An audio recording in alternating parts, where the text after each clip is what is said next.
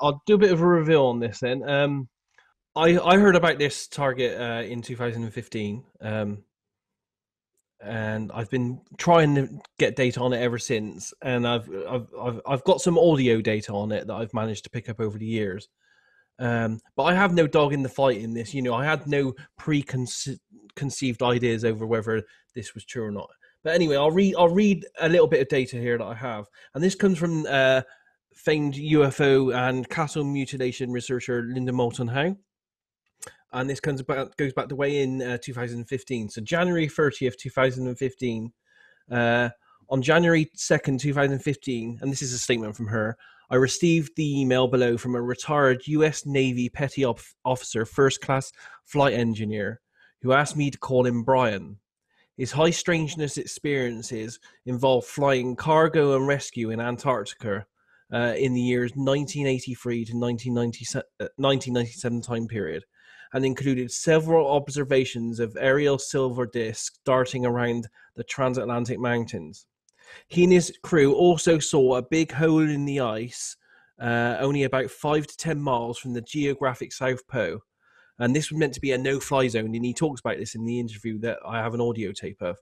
But during an emergency and the target was this, during an emergency medvac situation, they flew over this no-fly zone in the Antarctic, and when they looked down below, they saw what they were not meant to see, and it was a big square black hole in the ice, which looked like it was, and it's alleged to be some kind of human and ET science research base under the ice in the Antarctic. So he was in a plane doing an emergency medvac, and I've got and there's an available hour-long interview of him talking about this. He's done like 600 flights to the Antarctic, because they're flying cargo in and out all the time. And on this one occasion, they decided, because it was an emergency situation, they would fly over in the no-fly zone. But as they did, and they looked down below, they saw this huge, and he talks about the hole in the ice is completely square, and it's so big, he said he could fly his big C-130 cargo plane into it or something. And he talks about that. There are other encounters they had, which aren't part of our target, but they did have other encounters with missing scientists in the Antarctic that they had pick up. That these scientists went missing for 2 weeks. They picked them up, and these scientists, had dead faces on them. They looked scared. They wouldn't talk about what happened to them, where they went missing, what they were doing, or anything like that. But the main event I wanted you to look at was the event behind this is his statement of seeing this hole in the ice in the Antarctic, and he was in a plane at the time, as I said, when they were looking down on this.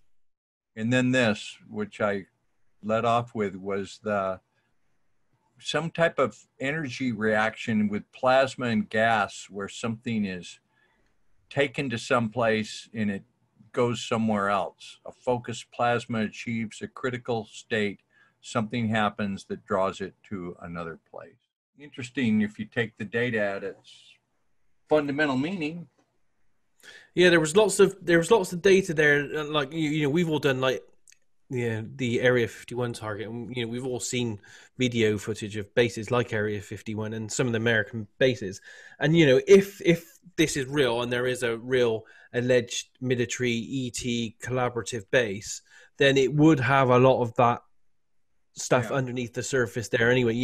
We know from what we've seen about Area 51 that they have buildings, they have communications, they have security areas, they have areas for staff to live, and entertain themselves and all that kind of stuff. So if it is a true facility that some people are alleging, then all that stuff would be there, allegedly under the ice, I guess.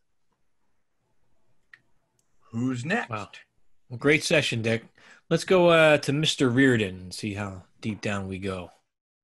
I'm inside of an airplane, and it's up high, 30,000 feet maybe. This plane is en route. There's a destination, and there's a sense of emergency from the plane or from the air traffic control or command center. There are heightened emotions, and there's a sense of scrambling. So this is what I was hearing on stage 7, scrabble. So I'm wondering, what is this? The hell's going on here? Something feels erratic. Movement is taking place. An alarm goes off. And again, scrabble, scrabble, I'm hearing. I am near someone, I'm here in the cockpit, I'm near someone with heightened emotions. They are making or giving instructions to an airplane pilot. There is a sense of emergency. So there I'm inside the plane. Pilot taking instructions from the command center, and he's stressed out. The emotions are high. So that made me curious. What is causing all the stress I'm wondering? And there's something happening, and there's an event. Feels like a disturbance in the atmosphere. Something is off. The flight seems dangerous and unsafe to me. In the next section, I saw a UFO. Again, I kind of felt sorry. I, discarded my Antarctica part of the thing. I was seeing a giant ice rock, and then there was a ship with many windows. I felt it was like a UFO, but it was like a ship. But I saw giant rock, behind it. And again, I had a fear of looking into it, so I didn't look into it too far. And then I drew many lines, radar detector. The area is protected by radar and sensors. And again, I saw whole area, it's a bit like a base, airport-like, a military, man-made open space. It's like a lot of nature, but there's a man-made whole big space. I felt, I kind of trying to detect the area around the base. And I had a sense that the whole area is not populated at all. There is only this building or facility nearby. And then within this space, there is an institution. I felt like, I don't know, it is like a mostly large field. I mean, it sounds to me, Hitomi and Daz, you can comment on it. Maybe you got a glimpse of what's going on within the facility, a lot of psi experiments and some other things with some high-ranking military officials that are present as well, overseeing all of that. That's my take on it. Definitely, she had a facility in a remote place. Yeah. I mean, if there are any truths to the rumors that there is an alleged ET military facility there. We know from all the accounts of people that have encountered abductions and stuff that the only way to talk to these aliens is through a telepathic nature. So it would be understandable to have psi research there going on to keep the collaboration going.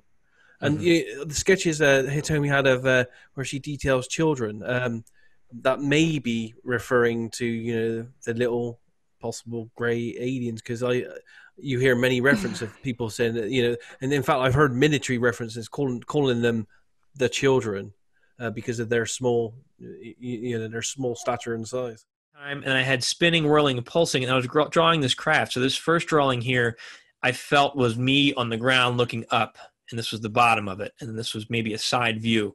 And then I felt that it opened from below, and I tried to sketch it here. It opens up you see it and just kind of opens up like this from the bottom. And I got this this shaking, this downward motion, sharp, intense, fast, striking. And here I felt was kind of like the edge of a cliff. And then shooting down from the sky was bolts, an acoustic chirping sound, like a loud pinging sound that echoes throughout. It's an echoey sound. I can hear it now. Lots of energetics with this target. Sharp, forceful, fierce. AI. This feels dangerous. Yeah. Again, so if you take that at low level consensus analysis, what Hitomi had, I had, and Dennis had, you can basically say, okay, there's a structure with a lot of people. We all had that. So that's one of the questions posed. Was there really something down there that this guy saw in the session? Yeah. But going back to your data, as I said, I can't confirm a lot of it other than the audio, and I'll send that to you guys, and we can link to it within our file as well, so people can view that on on YouTube.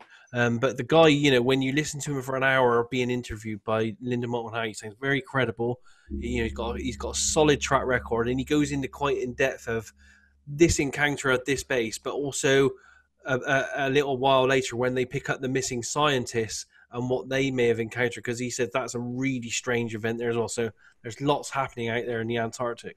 And to be honest, if you think about it logically, if you were going to put a collaborative base somewhere on this planet where aliens and the military might be doing something together, you would literally pick the most, you know, remote place you could find, because you wouldn't want anyone to interact with that at all. So the Antarctic would be a perfect location for it. Yeah, nobody's going to stumble down there. It's very difficult to even get down there. Absolutely, yeah. Makes sense. Yeah, so great contact from all of you on this. And as I said, I got one session from one other guy as well, and I had a quick look from that. He just did it as a project to see if he can get to work with us at some point.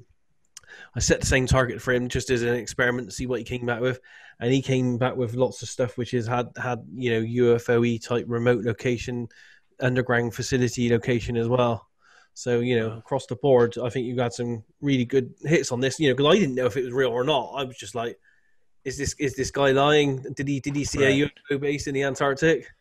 And from what you guys described, it looks like it's quite credible that he did.